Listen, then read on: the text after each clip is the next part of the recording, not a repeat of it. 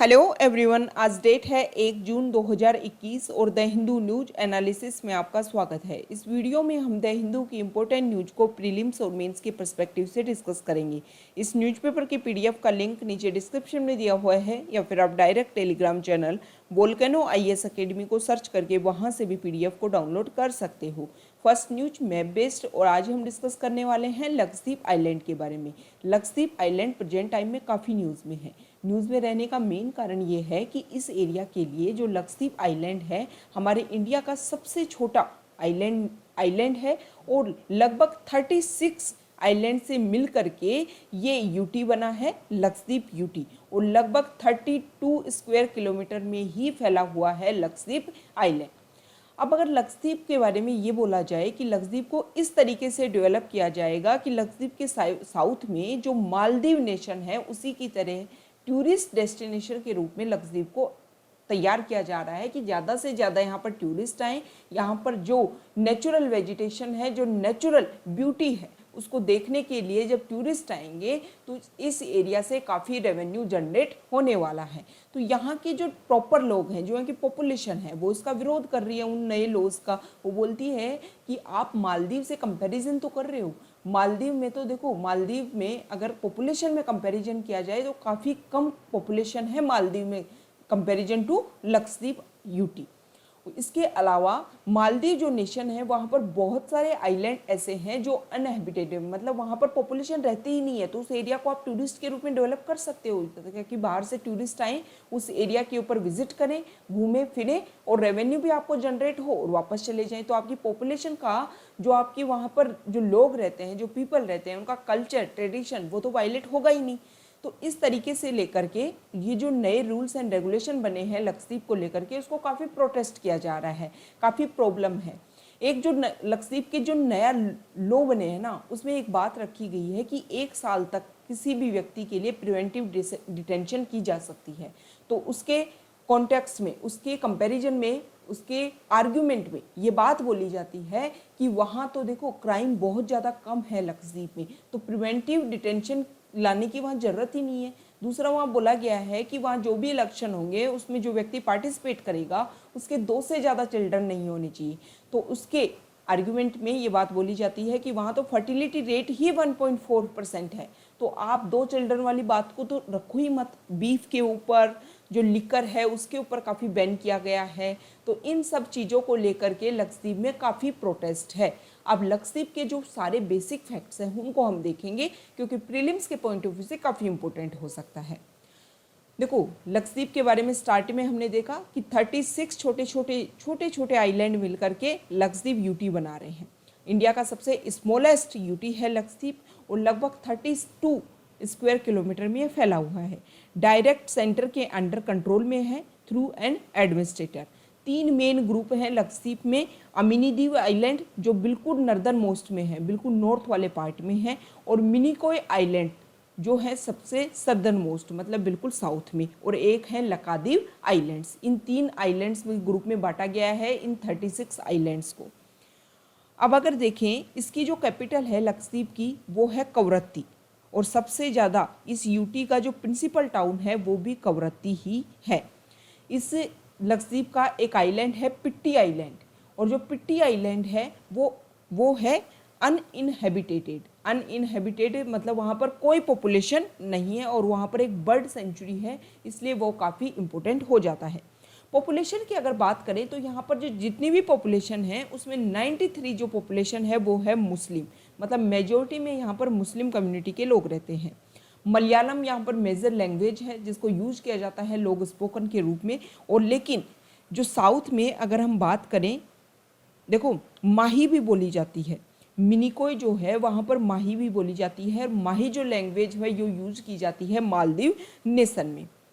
यहाँ की जो पूरी पॉपुलेशन है ना वो आती है एसटी के अंदर, शेड्यूल्ड ट्राइब के अंदर। यहाँ पर कोई भी पॉपुलेशन एससी के रूप में, मतलब शेड्यूल्ड कास्ट के रूप में कोई भी पॉपुलेशन डिस्क्राइब नहीं है।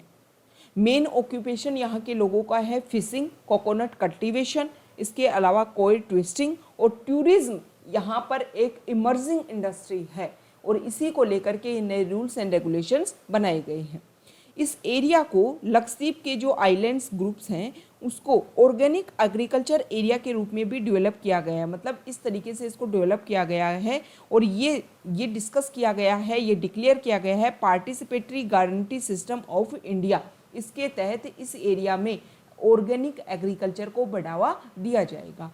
तो ये हमने लक्षद्वीप के बारे में बेसिक फैक्ट देखे। एक इम्पोर्टेंट और है कि लक्षद्वीप के मेन आइलैंड और जो मिनिकॉय आइलैंड्स हैं उनके बीच में से 9 डिग्री चैनल गुजरता है और 9 डिग्री चैनल किसको अलग करता है? मिनिकॉय को, और लक्षद्वीप के जो अदर आइलैंड्स हैं उनको। मतलब कवरत्ती और मिनिकॉय के बीच में क्या है? 9 डिग्री चैनल यहाँ पर है। ठीक है, ये आपको ध्यान में रखना है। देखो 9 डिग्री चैनल, इससे पहले 10 डिग्री चैनल को लेकर के यूपीएससी ने डायरेक्ट क्वेश्चन पूछ लिया था। तो इस तरीके के इंपॉर्टेंट जो चीज़ें हैं वो आपको ध्यान में होनी चाहिए। अब हम द हिंदू की जो इंपॉर्टेंट न्यूज़ है उनको डिस्कस कर लेते हैं। फर्स्ट न्यूज है, यहाँ पर देखो एक पिक्चर दे रखी है, ये देखो, ये जो पिक्चर है वो है पोबितोरा वाइल्ड लाइफ सेंचुरी की, और यहाँ पर 1 हॉर्न जो राइनोसोरस हैं उनके बारे में दिखाया गया है कि छोटे छोटे जो बच्चे हैं वो कैसे चेज कर रहे हैं अपने पेरेंट्स को। अब पोबितोरा जो वाइल्ड लाइफ सेंचुरी है उसके बारे में हम सारे बेसिक फैक्ट्स देखेंगे। सबसे ज़्यादा डेंसिटी यहाँ पर है 1 हॉर्न राइनोसोरस की पूरे वर्ल्ड में, और काजीरंगा जो नेशनल पार्क है आसाम का दूसरा, वहाँ की कंपैरिजन में सेकंड हाईएस्ट कंसंट्रेशन है। ठीक है, इस एरिया को, ये जो पोबितोरा वाइल्ड लाइफ सेंचुरी है, इसको मिनी काजीरंगा के नाम से भी जाना जाता है, क्योंकि जैसा काजीरंगा नेशनल पार्क में वेजिटेशन पाई जाती है, सिमिलर लैंडस्केप है, सिमिलर वहाँ पर जो जीव जंतु एनिमल्स हैं वो पाए जाते हैं, उसी के आधार पर पोबितोरा वाइल्ड लाइफ सेंचुरी को बोला जाता है मिनी काजीरंगा। इसके अलावा यहाँ पर देखो 1 हॉर्न्ड राइनोसोरस तो पाए जाते हैं, इसके अलावा लेपर्ड पाए जाते हैं, फिशिंग कैट पाए जाते हैं, jungle cat, feral buffalo, wild pigs, Chinese pangolins, ये सब कुछ भी यहाँ पर अवेलेबल है। जो आसाम में 5 मेजरली नेशनल पार्क हैं जिनका नाम है Dibru Saikhowa national park, Kaziranga national park, Manas national park, Nameri national park, Rajiv Gandhi Orang national park, इसमें ये Pobitora wildlife sanctuary park भी है। और ये इम्पोर्टेंट है 1 हॉर्न्ड राइनोसोरस, और उसको मिनी काजीरंगा का जो दर्जा दे रखा है उसकी वजह से भी काफ़ी इम्पोर्टेंट हो जाता है। Next news, GDP shrinks by 7.3%, Q4 uptick moderates 2020-21 carnage. देखो यहाँ पर कोविड की वजह से हमारी इकोनॉमी जो है वो काफ़ी स्लो डाउन हुई, उसका ग्राफ दे रखा है फाइनेंशियल ईयर, मतलब 52 के टाइम से फाइनेंशियल ईयर 21, मतलब 1952 से 1964, ये सारा जो है उसको ईयर टू ईयर जो परसेंटेज ग्रोथ हुई है उसके बारे में यहाँ पर बता रखा है कि हमेशा कम हुई, ज़्यादा हुई, कम हुई, लेकिन सबसे ज़्यादा कम देखने को मिली है।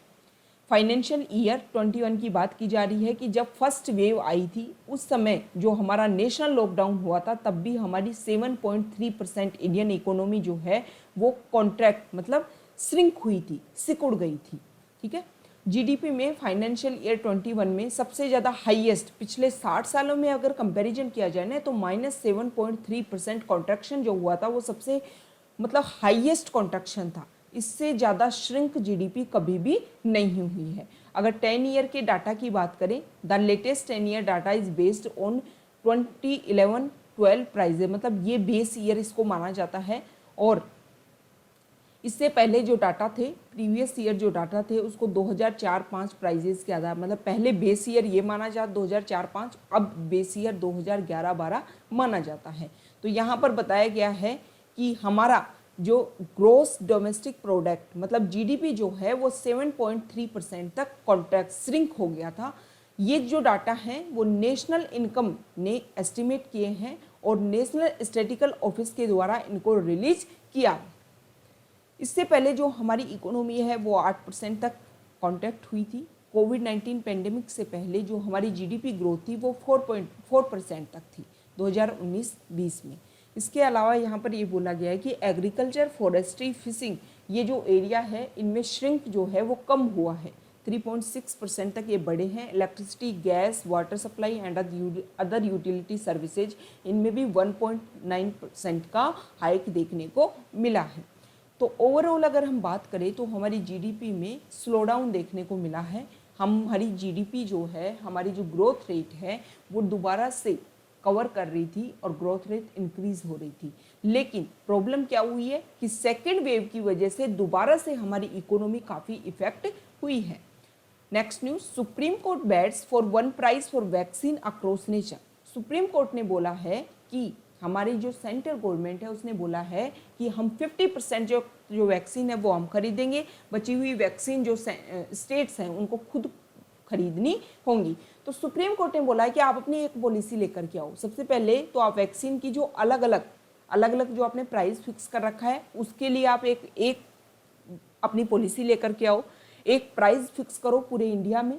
इसके अलावा किस तरीके से वैक्सीनेशन को खरीदा जाएगा इसकी एक प्रॉपर प्रोसीजर बनाओ कि कितनी वैक्सीन आप लेओगे, कितनी वैक्सीन आप स्टेट को प्रोवाइड कराओगे, कितनी वैक्सीन जो है वो स्टेट डायरेक्ट खरीद सकते हैं अदर जो मैन्युफैक्चरिंग यूनिट्स हैं उनके द्वारा। इसके अलावा यहाँ पर बोला गया है कि इंडिया की जो सेंट्रल गवर्नमेंट है उसने टारगेट फिक्स किया है कि इस साल के दिसंबर लास्ट तक हम हमारी पूरी पॉपुलेशन को वैक्सीनेशन दे देंगे, कम से कम एक डोज तो सभी को प्रोवाइड करवा देंगे। लेकिन अभी तक जो हमारी इंडिया की जो टोटल पॉपुलेशन है उसमें से 3.12% ने ही दोनों डोज ली हैं। और कंपैरिजन किया जाए यूएस, ब्राज़ील और रशिया, वहाँ पर तो 40%, 10%, 8.2% जो पॉपुलेशन है उसको वैक्सीनेशन दी जा चुकी है। 13 स्टेट ऐसे हैं जहाँ पर 5% से भी कम ऐसे लोग हैं जिनको फुल्ली वैक्सीनेशन मिला है। Next news, when height blocks doctors IPS dream.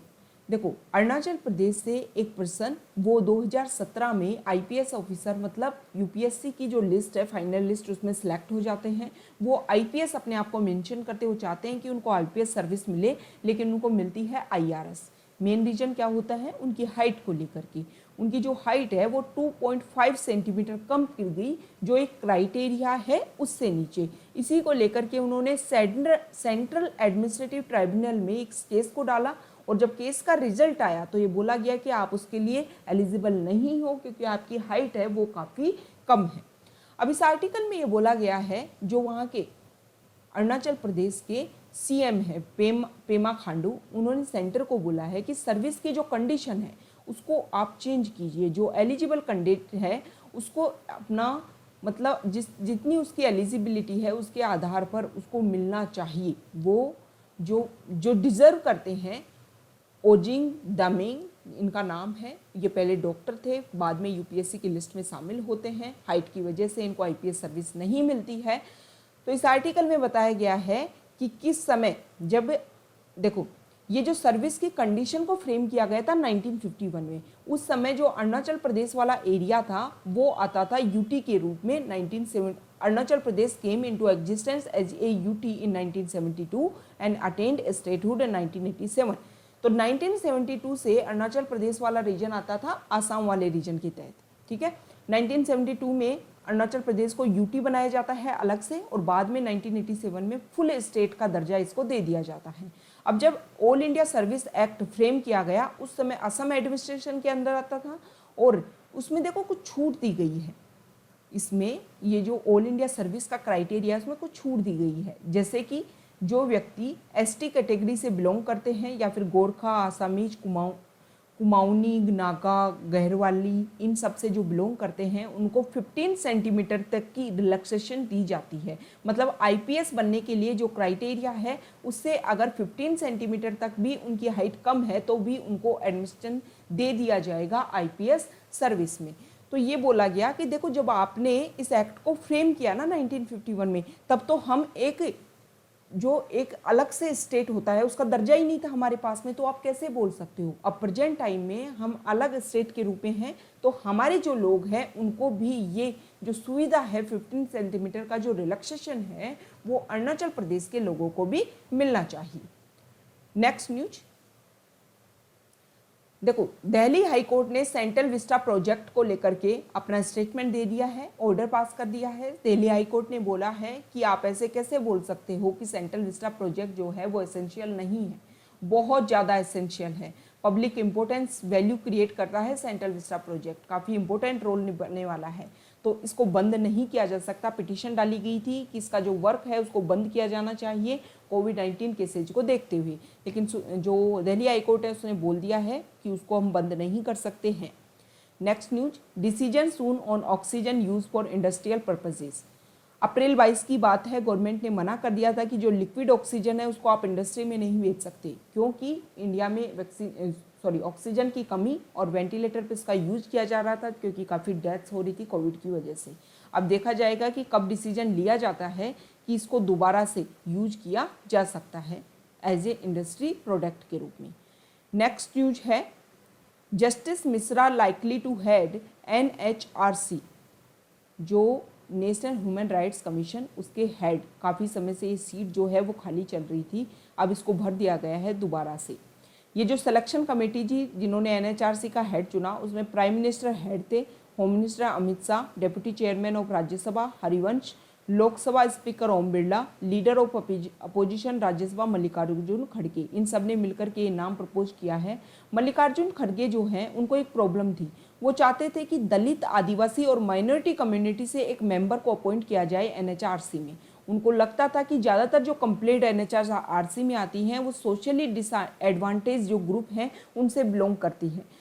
तो बाकी जो लोग हैं सिलेक्शन कमेटी के, उन्होंने बोला कि NHRC जो कमीशन है उसमें किसी स्पेशल किसी कम्युनिटी को रिप्रेजेंटेटिव के रूप में शामिल नहीं करना चाहिए। सिर्फ और सिर्फ एक महिला को लेकर के जब मेंबर्स की बात आती है तो एक्सेप्ट ए वीमेन मेंबर्स के अलावा स्पेशल आप किसी जाति के आधार पर यहाँ पर मेंबर अपॉइंट नहीं कर सकते हो।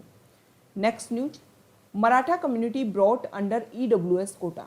मराठा कम्युनिटी जिसको आरक्षण दिया था महाराष्ट्र गवर्नमेंट ने, बाद में जो सुप्रीम कोर्ट है उसने उसको ख़त्म कर दिया। बोला गया कि 102 कॉन्स्टिट्यूशनल अमेंडमेंट एक्ट के तहत, जिसके तहत जो सेंट्रल गवर्नमेंट है उसी को पावर है, इनमें ये जो लिस्ट मेंटेन की जाएगी सेंटर के द्वारा स्टेट से कंसल्ट करके कि किस किस जो जाति है उसको सेंट्रल लिस्ट में डाला जाए और आरक्षण दिया जाए। तो उसके बाद में स्टेट को दर्जा नहीं है। हालांकि बाद में ये भी आर्ग्यूमेंट उठा कि सेंटर के बारे में गाइडलाइन दी गई है, स्टेट के बारे में गाइडलाइंस नहीं दी गई है। OBC जो कास्ट है उनको लेकर के, SC और ST को तो पहले से शुरुआत से ही सेंट्रल गवर्नमेंट ही गवर्न करती थी उनकी लिस्ट को, ठीक है। और OBC जो लिस्ट है उसको सेंट्रल गवर्नमेंट भी बनाती थी और स्टेट भी अपने अपने तरीके से बनाते थे। तो मराठा को जब आरक्षण दिया गया तो इसी को लेकर के बोला गया कि इंदिरा साहनी केस में जो बोला गया था कि 50% की एक लिमिट है आरक्षण की, उसको आप ब्रीच नहीं कर सकते, और उसी के आधार पर मराठा कम्युनिटी को जो आरक्षण है उसको वायलेशन माना गया था एक लिमिटेशन का। और बाद में ये बोला गया जो अब महाराष्ट्र गवर्नमेंट है उन्होंने EWS कोटा के तहत अब उनको ला दिया गया है। नेक्स्ट न्यूज, इस पेज पर सारी की सारी जो न्यूज़ है वो वैक्सीनेशन को लेकर के हैं कि लास्ट तक, इस साल के लास्ट तक हम वैक्सीनेशन कर देंगे। अब तक कितने इस समय जो है वो पॉजिटिविटी रेट क्या चल रही है, कितनी, देखो पॉजिटिविटी रेट जो है वो 9%, जो पिछले सप्ताह तक 12.7% थी वो अब घट करके 9% हो गई है। सुप्रीम कोर्ट ने बोला है कि आप अपनी जो पॉलिसी है उसको क्लियर करो, फ्लेक्सिबल करो और बिल्कुल ये बताओ कि आपकी जो पॉलिसी है वो सबके लिए एक समान होनी चाहिए। नेक्स्ट न्यूज फॉरेन पेज से है। फॉरेन पेज में चाइना ने अपने जो वहाँ पे पॉपुलेशन है उनको 3rd चिल्ड्रन के लिए अलाउ कर दिया है कि आप ज़्यादा से ज़्यादा, मतलब जो पॉपुलेशन है वो वहाँ पर इंक्रीज़ होनी चाहिए, बर्थ होना चाहिए बच्चों का, क्योंकि चाइना को ये लगने लग गया कि जब से उन्होंने 1 चाइल्ड पॉलिसी अपनाई वहाँ की पॉपुलेशन में काफ़ी गिरावट आई है और जो यूथ है उसमें काफ़ी कमी आई है चाइना को। तो चाइना ने पहले 2 चाइल्ड पॉलिसी लेकर के आए और अब चाइना ने बोल दिया है कि आप 3rd चाइल्ड को भी क्या कर सकते हैं, कपल जो हैं वो पैदा कर सकते हैं। नेक्स्ट न्यूज है, देखो ईरान और सऊदी अरेबिया काफ़ी समय से दोनों एक दूसरे के क्या थे, प्रॉब्लमेटिक रिलेशंस थे दोनों के बीच में, लेकिन अब उनके रिश्ते जो हैं वो काफ़ी सुधर रहे हैं। दोनों के बीच में एक गुड एटमॉस्फेयर के तहत बातचीत चल रही है। Singapore to vaccinate school children soon. Singapore जल्दी अपने स्कूल के जो बच्चे हैं उनको कोरोना वायरस की जो वैक्सीन है वो उनको देना स्टार्ट कर देंगे। Next news, thousands of Rohingya protest at Bhasanchar. Bhasanchar एक आइलैंड है जो सिल्ट, मतलब गंगा और इन नदियों से जो सिल्ट आता है उससे डेवलप हुआ है ये वाला एरिया, और यहाँ पर रोहिंग्या जो म्यांमार से बांग्लादेश वाले रीजन में प्रवेश कर गए, तो उन लोगों को ला करके इस बासनचार आइलैंड के ऊपर उनको रखा गया था। और ये टारगेट लिया गया था कि ज़्यादा से ज़्यादा जो लोग हैं, वो 1 लाख जो रिफ्यूजीज़ हैं, उनमें से ज़्यादा लोगों को इस एरिया में सेटल किया जाएगा। लेकिन अब प्रॉब्लम ये है कि इस समय जो साइक्लोन आया, उस साइक्लोन की वजह से ये जो एरिया है, जो आइलैंड है, वो काफ़ी लो लाइंग है, मतलब समुद्र का जो लेवल है ना, उसके अकॉर्डिंग है ये जो एरिया है। और इसकी वजह से, साइक्लोन की वजह से इन एरिया में रहने वाले लोगों को, काफ़ी पॉपुलेशन को काफ़ी परेशानी हुई है। अब परेशानी हुई है तो प्रोटेस्ट करने लगे तो यूएन की जो रेफ्यूजी एजेंसी है, उन्होंने इस एरिया का इंस्पेक्शन किया तो उनको लगा, उन लोगों से बात की तो उनको पता चला कि पुलिस एक्शन के द्वारा बहुत सारे जो प्रोटेस्टर हैं उनको खिलाफ इंजरीज हैं, उनके खिलाफ वायलेंस किया गया है।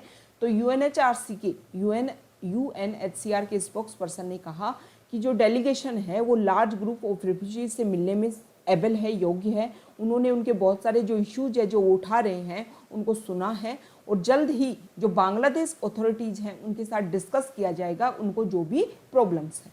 तो ये हमने डिस्कस किया। Okay, thank you.